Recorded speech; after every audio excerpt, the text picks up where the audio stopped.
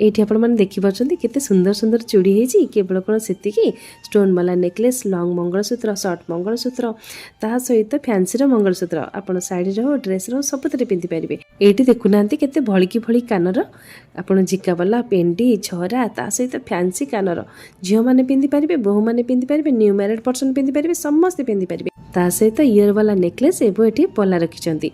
आपण माने भाबुचंती कि एटा कोठी मिलुची बेली एड्रेस तो आपको निहाती रूपे कहबी प्रथम जिनस टी भल कि बुले देखी सारे देखंतु केते सुंदर सुंदर फैंसी सब नेकलेस मिलुची जहाँकि आपण कम मूल्य रे किनिकी पार्टी फंक्शन अटेंड करि परिबे।